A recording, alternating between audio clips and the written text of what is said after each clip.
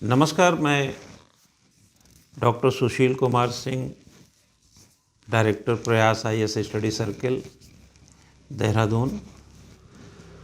आप सभी प्रतियोगियों को बहुत बहुत शुभकामनाएं, जिन्होंने बीते 20 मार्च को उत्तर प्रदेश पीसीएस 2020 की मुख्य परीक्षा में सफल हुए और 23 मार्च को सिविल सर्विसेज 2020 की मुख्य परीक्षा में जो प्रतियोगी उत्तीर्ण हुए।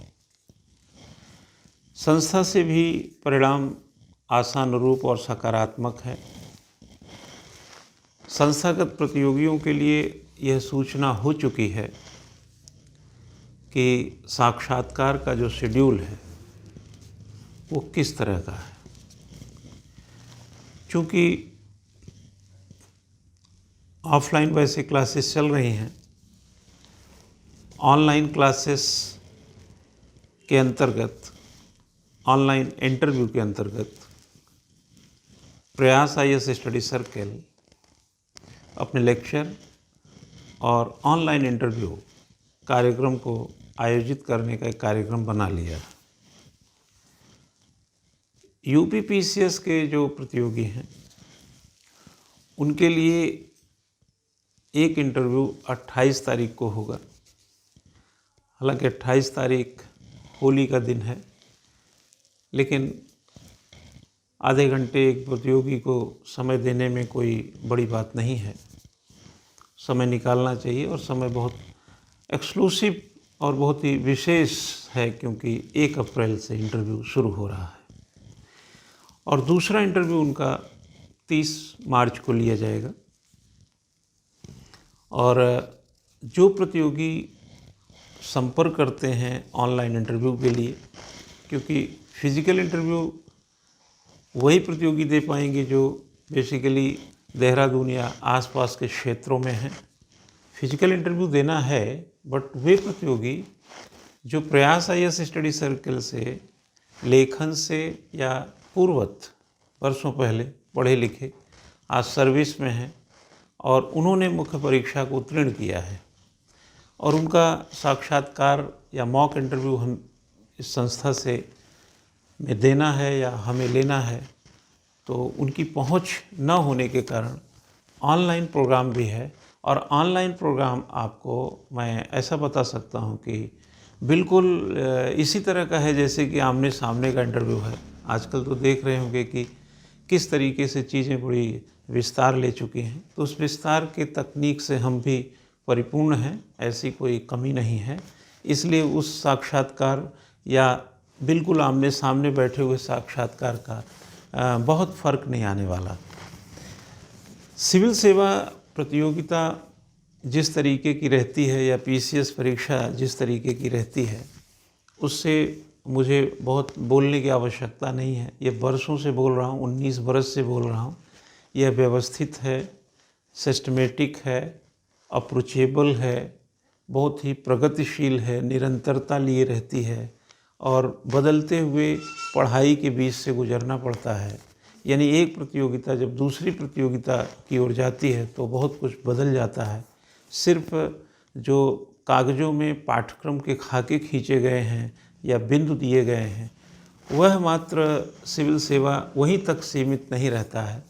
उसके बहुत सारे कंजक्शन मिलते हैं, जंक्शन मिलते हैं, कनेक्टिविटी मिलती है और बहुत ज़्यादा एक एलोब्रेट और एक्सटेंसिव बिहेवियर का पाठ्यक्रम बन जाता है। तो साक्षात्कार की गुणता और उसकी गुणवत्ता के मद्देनज़र हमेशा यह एक मानक पे रहा है कि व्यक्तित्व क्या है, व्यक्तित्व के भीतर का व्यवहार क्या है, interpersonal skill including mass communication skill, decision making और आपका जो मोटिव है या मोटिवेशनल जो आपका अप्रोच है, या यूं कहा जाए कि कुल मिलाकर आपका एक लीडरशिप क्या है। इंटरव्यू का सीधा अर्थ होता है आमने सामने की एक बातचीत है, प्रत्यक्ष बातचीत है और आपके उन तमाम पहलुओं से वाकिफ़ होना जो शायद प्रारंभिक और मुख्य परीक्षा के माध्यम से तय नहीं हो पाता है। जाहिर सी बात है कि प्रारंभिक परीक्षा में ऑब्जेक्टिव, मुख्य परीक्षा में डिस्क्रिप्टिव। कई लोगों को लगता है कि साक्षात्कार भी नॉलेज से भरा होना चाहिए। आपके इस बात से मैं पूरी तरह सहमत हूँ कि नॉलेज से भरा तो होना ही चाहिए, लेकिन नॉलेज जहाँ पर हो, या यूँ कहा जाए कि वह नॉलेज एक बिहेवियर के भीतर होना चाहिए।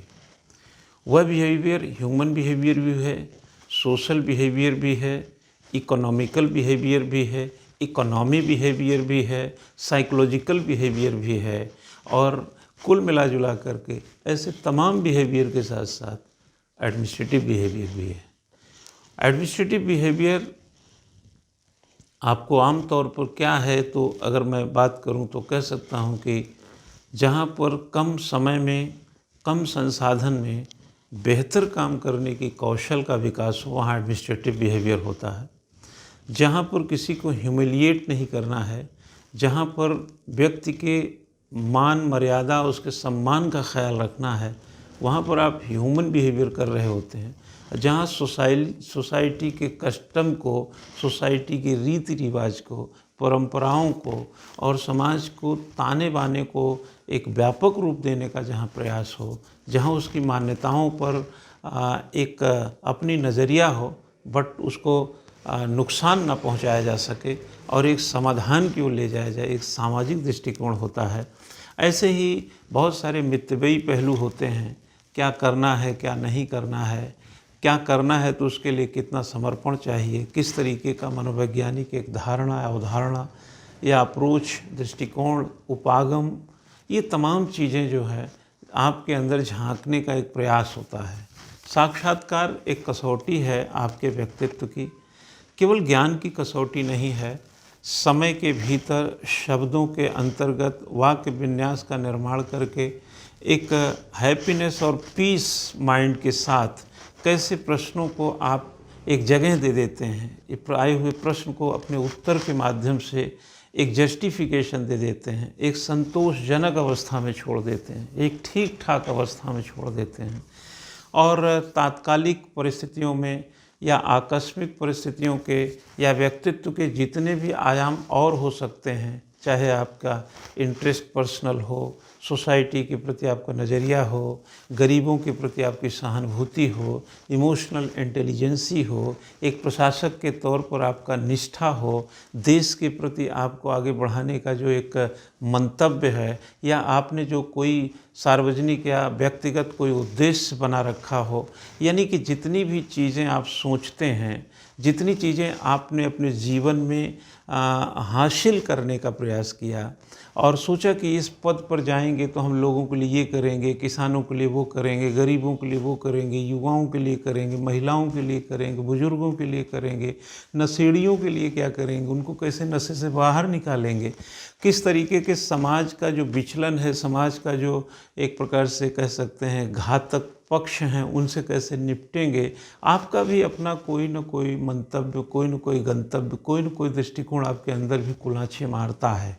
दरअसल साक्षात्कार में ऐसे तमाम पहलुओं से आप में झांकने का प्रयास होता है और साक्षात्कार की यही कसौटी है कि व्यक्तित्व के उन तमाम पहलुओं पर जहाँ पर आप पदासीन होने जा रहे हैं, क्या मैं एक अच्छा व्यक्ति चुन रहा हूँ? यह एक अच्छा व्यक्ति होता भी क्या है? एक अच्छा आदमी कैसे बन सकता, आदमी अच्छा कैसे बन सकता है? अगर ये तमाम चीज़ों को आप परख करके देखें तो आप अपने अंदर पाएंगे कि कुछ घाटे का जो सौदा है उसको मुनाफे में कैसे बदलें, ये that is a learn behaviour.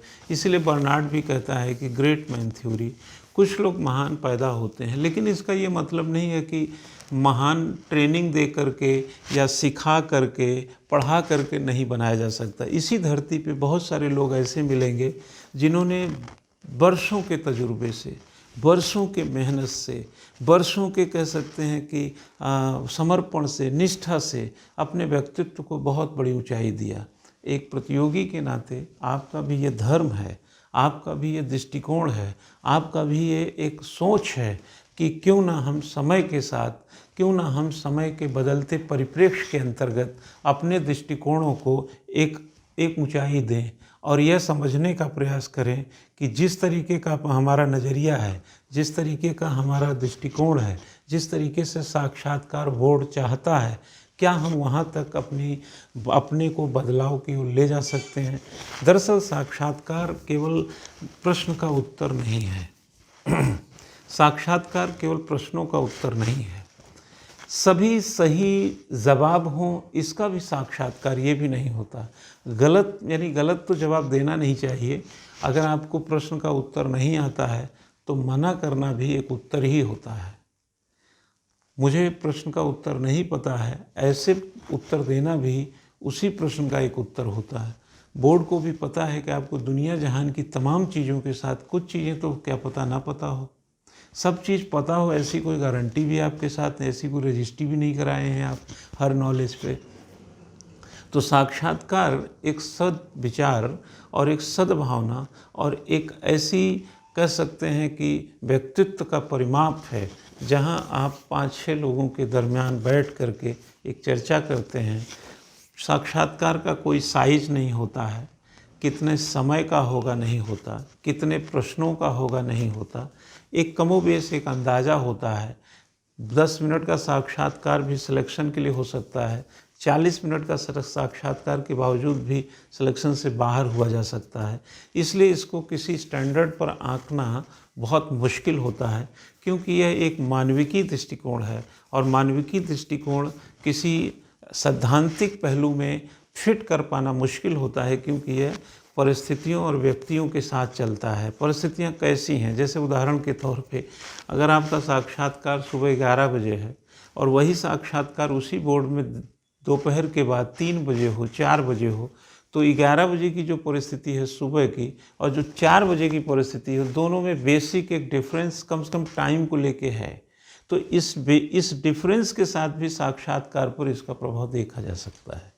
व्यक्ति वही हो सकते हैं, बोर्ड पूरे के पूरे वही हो सकते हैं, सिर्फ टाइम को इधर उधर कर देने मात्र से ये चेंजेस आ जाते हैं। तो कुल मिलाकर के साक्षात्कार, कई लोगों को लगता है कि ये मेरा लक सही होगा तो बोर्ड अच्छा मिल जाएगा, ऐसा कोई विचार अंदर लाने की ज़रूरत नहीं है।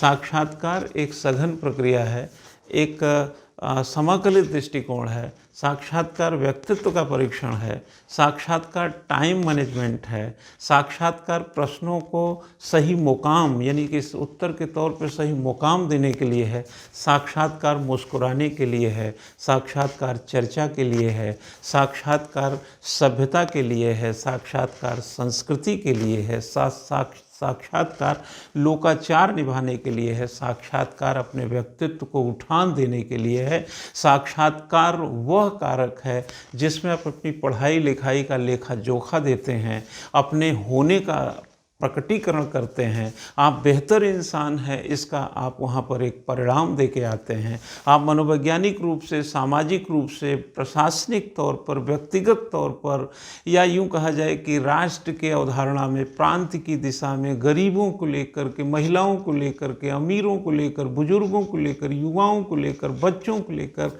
आपका अपना एक समाकलित और बहुत ही सधा हुआ दृष्टिकोण है।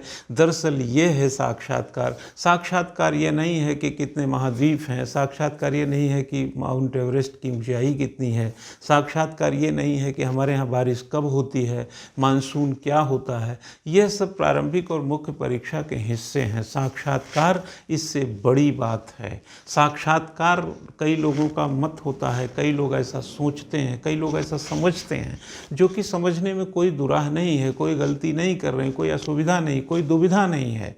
बट एक सुविधा ले लेनी चाहिए कि साक्षात्कार की तैयारी कोई निहित समय या निर्धारित समय के भीतर नहीं। साक्षात्कार तो तब से आप दे रहे हैं जब से आप हैं इस दुनिया में। रोज़ाना साक्षात्कार दे रहे हैं। बिजली का बिल जमा किया, जवाब दिया है आपने। किसी के कमरे में गए, मे आई कम इन सर बोला है आपने। किसी से जाते समय परमिशन लिया है आपने। कोई सवाल आया है आपके सामने तो आपने उसका जवाब ढूंढा है। आपने यही हाई स्कूल में किया, यही इंटरमीडिएट में किया, यही क्लास में टीचरों के साथ किया, किसी भी क्लास में आपने किया। कहीं पर कोई सवाल हुआ तो किया। अगर किसी से, कोई अधिकारी से कभी वास्ता पड़ा तो उसके प्रश्नों का जवाब दिया। आपने भी कई प्रश्न किए अपने जूनियर से, अपने आसपास के लोगों से। तो आप ज़िंदगी में हमेशा प्रत्यक्ष आदान प्रदान, आमने सामने की बातचीत, चर्चा करते रहे हैं। इसलिए साक्षात्कार कोई अलग से विषय नहीं है, कोई नई आवाज़ नहीं है अलग से, ये वही पुरानी आवाज़ है, बट इसके सुर बदल जाते हैं। व्यक्ति अपने अनुभव से, अपने सोच से और अपने समझ और अपने तमाम शागिर्दी से जो हासिल करता है वह सब भी साक्षात्कार में काम आता है। इसीलिए कहा जाता है Rome is not built in a day. कहते हैं ना कि जैसे रोम एक दिन में नहीं बना था, ऐसे व्यक्तित्व कुछ दिनों में नहीं बनता। व्यक्तित्व बनने के लिए भी एक लंबा वक्त खपत करना पड़ता है। ज्ञान की धुरी पर साक्षात्कार कुछ देर घूम सकता है, लेकिन व्यक्तित्व के जो ऑर्बिट होता है, जो व्यक्तित्व का जो पूरा चक्र है, उसमें साक्षात्कार पूरे टाइम घूमता है। तो व्यक्तित्व का परीक्षण साक्षात्कार है, आमने सामने की बातचीत साक्षात्कार है। और इस मन को, जो एक डरा हुआ मन होता है, गदेरियों में पसीने आ जाते हैं, फाइलें गीली हो जाती हैं, पैंट में ऐसे ऐसे रगड़ना पड़ता है। साक्षात्कार के बाहर का माहौल थोड़ा सा संवेदनशील बना होता है कि अंदर क्या हो रहा होगा जिसका चल रहा है। बाहर निकलता है तो थोड़ी स्फूर्ति बढ़ जाती है, इन्फ्लुएंस आ जाता है, एक अंदर से एक भाव बढ़ जाता है कि पूछते हैं क्या पूछ रहे हैं।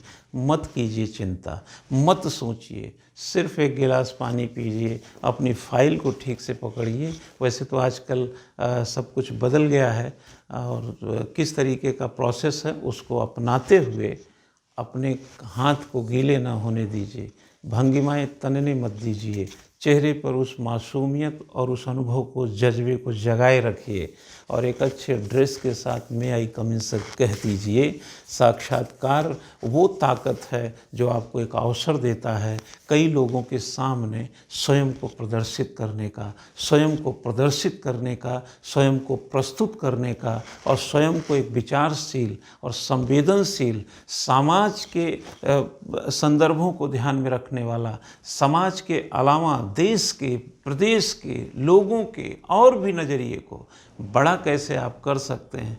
क्या आप बड़े पहले से हैं या कुछ उम्मीद आप में देखी जा रही है, इन सभी का समाकलित जो स्वभाव है वही साक्षात्कार है। इसलिए डरने की ज़रूरत नहीं है, बहुत पढ़ने की ज़रूरत भी नहीं है, बल्कि पढ़े हुए को समेटने की ज़रूरत है।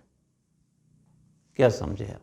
कोरोना में अगर कोई क्वेश्चन आया, कोरोना के पाई का हिसाब आपके पास है, अगर आपको लगता है ये हिसाब नहीं दे पाते हैं तो पढ़ लीजिए। आपको लगता है कि आपको ऑप्शनल सब्जेक्ट में कई चीज़ें अधूरी हैं, पढ़ लीजिए। आपको लगता है कि बदल रही जो ढांचागत व्यवस्था है, प्रक्रियागत व्यवस्था है, उनमें अगर कोई आपको लगता है कहीं अमूल चूल कुछ नॉलेज की कमी है तो पढ़ लीजिए।